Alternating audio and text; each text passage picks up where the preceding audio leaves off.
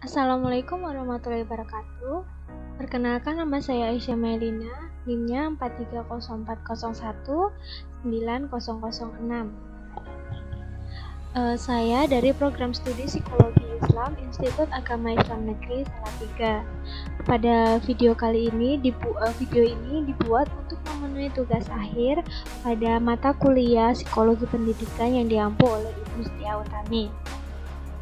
Langsung saja, pada video kali ini saya akan memaparkan rancangan kurikulum untuk jenjang sekolah menengah atas, di mana kurikulum ini secara garis besar itu didasari oleh teori psikologi belajar konstruktivisme yang menurut saya sangat relevan untuk menjadi suatu kurikulum untuk menghadapi berbagai masalah ke depannya. Masalah yang pertama itu adalah globalisasi, di mana globalisasi sendiri itu akan memberikan dampak yang buruk dan negatif, di mana diharapkan siswa itu dapat memilah dampak-dampak positif dan negatif tadi, sehingga dapat mengimplementasikannya secara baik dalam aspek kehidupan mulai dari sosial budaya, politik, pendidikan, dan ekonomi. Berikutnya adalah masalah lingkungan hidup, di mana hal ini sering sekali kita temukan di lingkungan sekitar. Saya berharap siswa memiliki kesadaran yang tinggi untuk menyelesaikan atau mengurangi masalah lingkungan hidup di sekitarnya.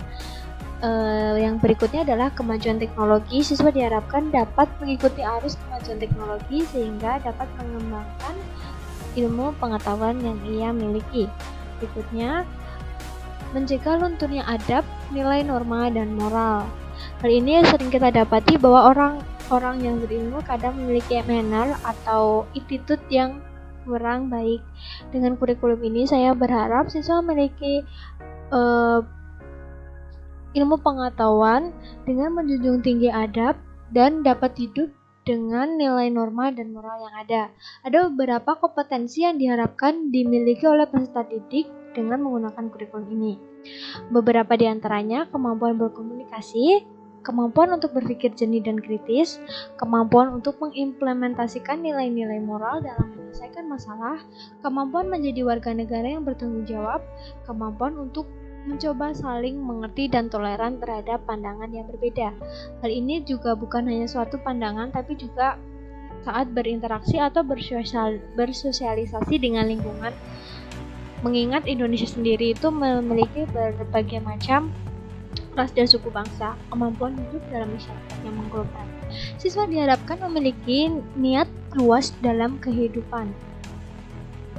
Ini maksud saya minat. Hal ini itu menyebabkan siswa kritis terhadap apa yang ada di lingkungan sekitarnya. Kemudian siswa memiliki kesiapan untuk bekerja. Bekerja di sini mungkin bisa bekerja sama atau benar-benar kerja di lapangan pekerjaan seperti itu. Memiliki kecerdasan sesuai dengan bakat atau minatnya. Tidak mendorong siswa hanya berbakat dalam akademis, tapi non akademis juga tidak boleh ditinggalkan. Memiliki rasa tanggung jawab terhadap lingkungan. Berikutnya itu ada aspek pengajaran. Tujuan dari pengajaran kurikulum ini memenuhi kompetensi dasar yang sudah saya sebutkan di atas untuk bekal masa depan, mengembangkan kepribadian siswa dalam aspek kehidupan seperti pengetahuan, keterampilan sosial, dan sebagainya. Peranan tenaga pendidik.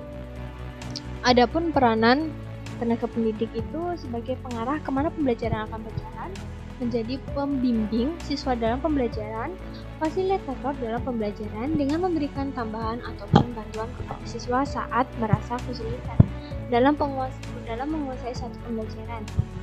Guru juga harus memiliki pemahaman bahwa setiap siswa itu unik dan istimewa, sehingga tidak memaksakan kehendak siswa untuk terpaku pada satu pandangan saja. Tapi guru harus bisa menampung semua pandangan siswa, lalu mencari jalan tengah dengan mendiskusikannya kembali dengan siswa. Berikutnya sumber pengetahuan, yang tentunya pengalaman umum yang siswa miliki, lalu diberikan lagi teori dengan buku yang merupakan sumber pengetahuan secara umum. Dapat diberikan contoh dengan menggunakan jurnal untuk mendukung suatu konsep pengetahuan. Tentunya media elektronik seperti internet adalah tempat mencari ilmu pengetahuan tanpa batas. Namun di sini guru juga memiliki peran sebagai penyaring dan mendampingi saat siswa mencari ilmu pengetahuan di internet, karena terkadang di internet itu ilmunya kurang terpercaya. Metode pembelajaran. Metode yang digunakan itu bervariasi tergantung mata pelajaran yang ingin diberikan, tetapi umumnya pada setiap pembelajaran itu akan terpaku pada beberapa mode pembelajaran meliputi pengenalan. Pada tahap ini, siswa diberikan pengenalan suatu ilmu dengan memberikan bukti yang nyata dan mudah, seperti contoh penerapan ilmu sederhana di kehidupan sehari-hari. Berikutnya itu setelah siswa adalah pembelajaran kompetensi. Setelah siswa melakukan pengenalan tadi, diberikan kompetensi, dan ketika siswa bisa memahami dan dengan benar, guru dapat menilai sejauh mana minat siswa-siswa tersebut, potensi yang ia miliki, dan kebutuhan penugasan untuk mendukung potensi dan juga minat siswa tersebut. Pemulihan penilaian yang dilakukan dengan menunjukkan apakah suatu kompetensi telah tuntas sesuai atau belum. Dalam hal ini dapat dilakukan melalui dua evaluasi, yaitu formatif dan sumatif. Yang berikutnya adalah pendalaman. Siswa perlu belajar secara aktif dengan berbagai cara, mungkin berdiskusi, saling melempar pertanyaan, dan juga diberikan pertanyaan oleh guru, melakukan observasi atau mini riset. Berikutnya adalah pengayaan. Dalam hal ini pembelajaran seluruh siswa didik dalam ini merasakan rasa untuk meningkatkan integrasi aktif dalam pelajaran.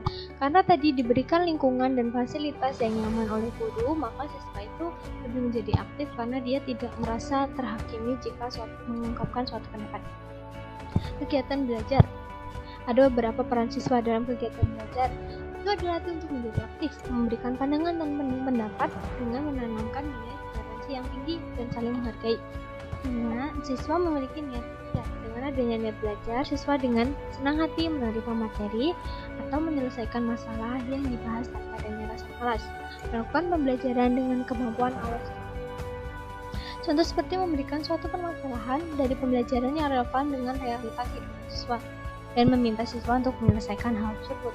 Siswa secara konsisten mengkonstruksikan pengetahuan yang ia dapat dari diskusi dan dibimbing guru untuk menyambungkannya dalam suatu teori pembelajaran sehingga menjadi perubahan konsep ilmiah. Siswa memiliki peran untuk saling bekerja sama, bukan saling menjatuhkan.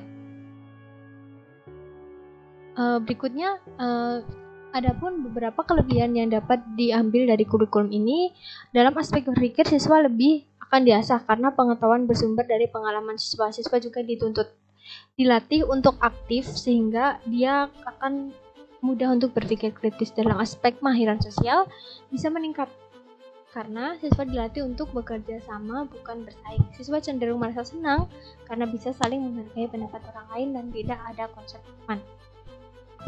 Itu tadi pemaparan rancangan kurikulum untuk jenjang SMA. Kurang lebihnya mohon maaf.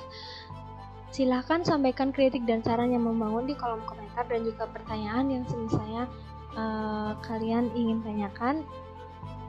Akhirul kalam, wassalamualaikum warahmatullahi wabarakatuh. Terima kasih.